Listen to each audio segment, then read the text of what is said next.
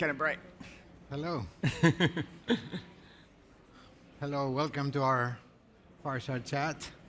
I'm Kostas. Hi, Bobby. Thanks for having me. It's honored to be speaking with you today, Kostas. Great. So we've been given this onerous task of tackling 4 different challenging notions, which is humans and machines, consciousness and cyborgs. So we've been trying for the last few days with Bobby to come up with some kind of holistic approach, bringing all this together and also reaching a kind of endpoint. So I want to start off by using Bobby's book as a jumping off point. The book is called... Yeah, The Romance of Reality. Doesn't sound like a science book, but the subtitle is a lot more sciencey. It's How the Universe Organizes Itself to Create Life, Consciousness, and Cosmic Complexity. Great. So let me start off by asking a question to Bobby. The first one I want to ask is, we're talking about human intelligence, technology progress, this spectrum of evolutionary positivity and progress that we are kind of assume is given. How do you see that, and where do you bring consciousness into this, in your thinking? So consciousness is still a big mystery to scientists, and we got one right there who knows how much of a mystery it is. And so it emerges somewhere in the evolutionary process, and evolution seems to be this progressive process that's leading to increasingly complex and increasingly intelligent organisms. So about 4 billion years ago, the first cell emerged. Later, multicellular organisms emerged. After that, multicellular organisms with brains. And later, that led to a species that we call the human species that can actually create technology. And we're at a really interesting point in history because for the first time, we can start to tinker with evolution. Evolution is a slow process, but now we can actually do genetic engineering and evolve the mechanisms of evolution so we have a sort of meta-evolution, and this speeds everything up. And I think a natural part of this progress is humans merging with our technology. And so we have this theme of cyborgs today, and it sounds really futuristic. You know, you might think about different movies like RoboCop or Iron Man, but I think all of us are actually cyborgs in some sense because we all carry around our iPhone. And our iPhone is an extension of our mind. There's actually what's called the extended mind hypothesis by the philosopher David Chalmers, which basically says that our phone is just an extension of our intelligence, and it's basically like a memory upgrade.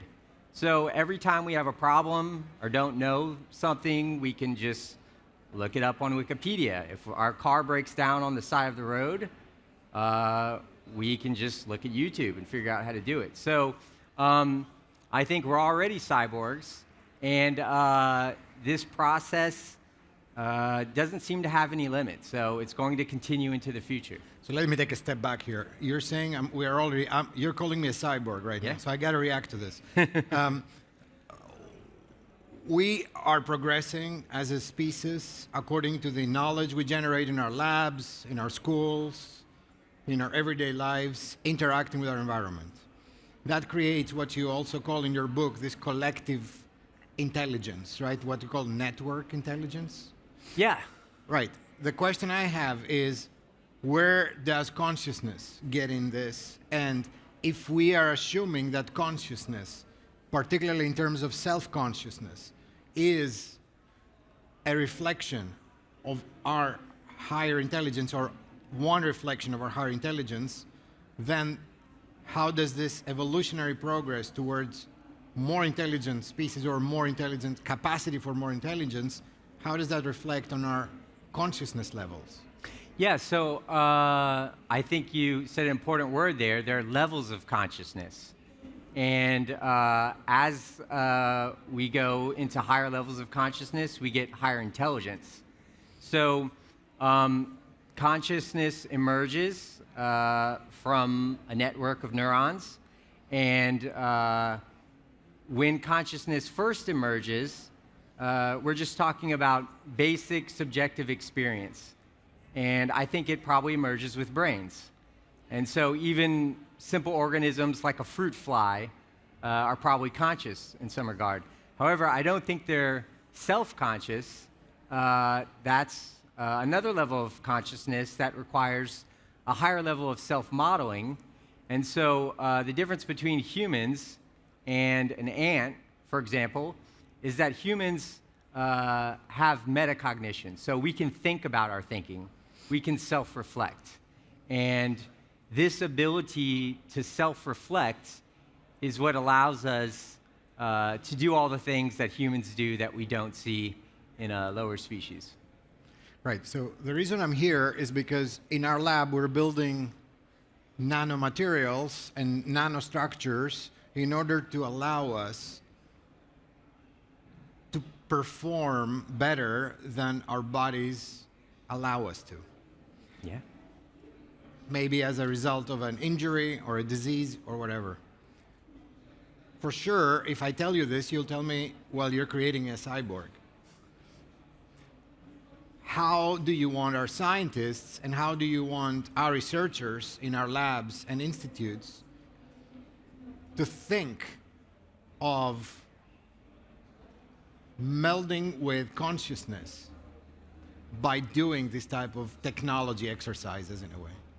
This is a part that really bothers me because when we are setting up a project, when we're executing, when we're developing a neural interface device, we never think of the bigger picture.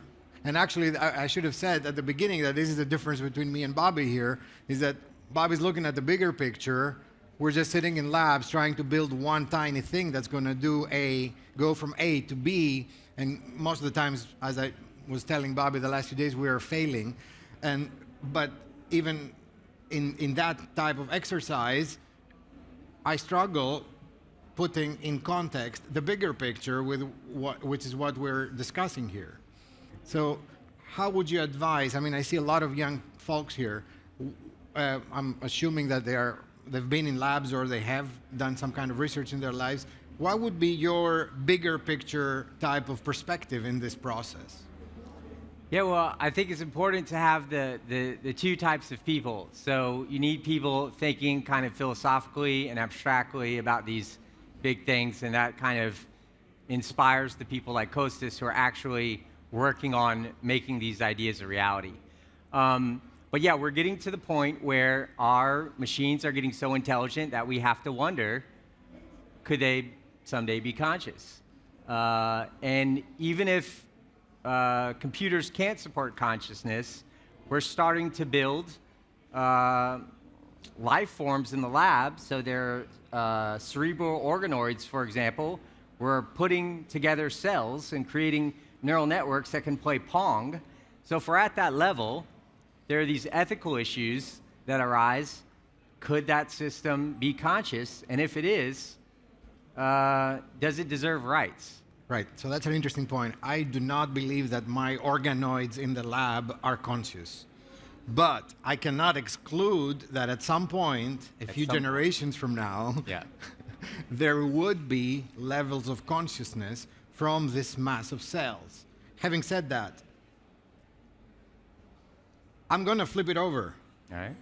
Because I can then say, all right, I'm going to start building bottom up something that will increase its levels of sophistication, intelligence, et cetera, and then start asking questions. Will then, at some point, a threshold will be crossed, and then we're going to talk about having conscious features or features of consciousness in that bottom-up construct.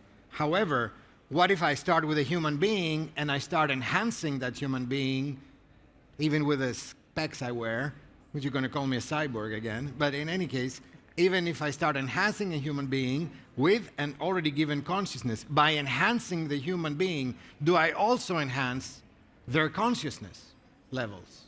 And Yeah. would that be a possibility? Yeah, it's an interesting question. So just to tackle the idea first of machine consciousness, first of all, we don't know if machine consciousness is possible. There's this idea in philosophy called the hard problem of consciousness. And basically it's the problem of how subjective experience, this perceptual field that we experience when we wake up in the morning and which fades when we go to sleep at night, how does that emerge from physical processes in the brain, and can it be duplicated in a computer? Scientists and philosophers have thought for a while that machines with standard computer architecture actually can't be conscious. We don't see any signs in even supercomputers like Watson, who win Jeopardy, don't show any sign at all of sentience. But now there are breakthroughs in computer hardware. For example, there's neuromorphic hardware, and there's people at this conference who are working on neuromorphic hardware, which duplicates biological architecture. So these new types of hardware could actually lead to conscious machines someday, in theory. In theory. Yeah. So, but we don't know. I think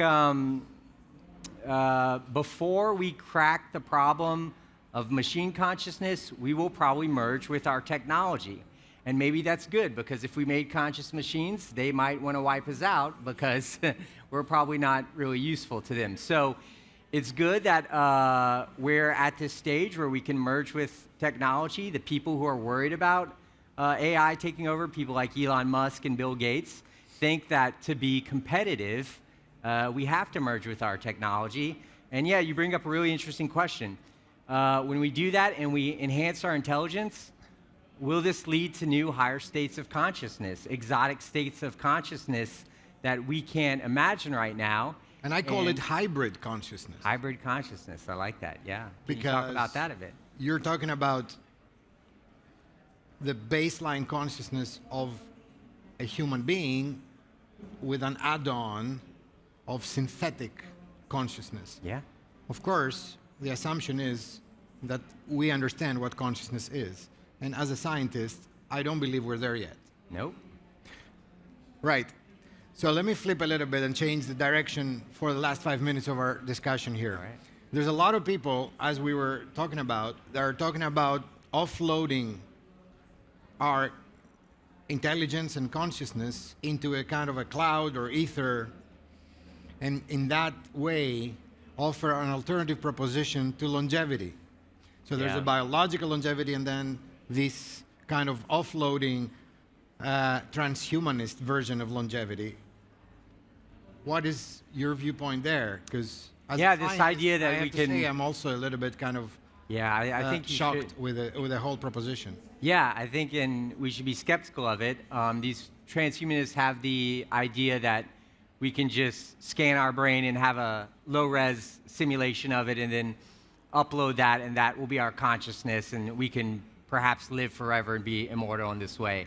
I don't think that's possible. I don't think that would be conscious, and even if it was, it would be a copy of us. It wouldn't be a road to immortality. So I'm not sure that's possible. But There are companies, by the way, that in Arizona that they are offering services where they offered me to decapitate me, keep my brain in a cryopreserved chamber, and then.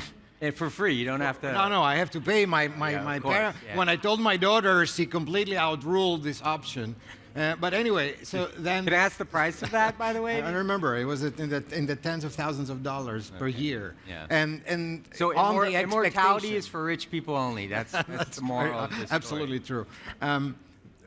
The question is, if you think that that's out of the question, that out of any realm of possibility, yet you see that there's a kind of trend in merging this discussion and this biological perception that we have about consciousness, intelligence, etc., and this notion of offloading. This is as if it's like a hard drive that you can move around in a way.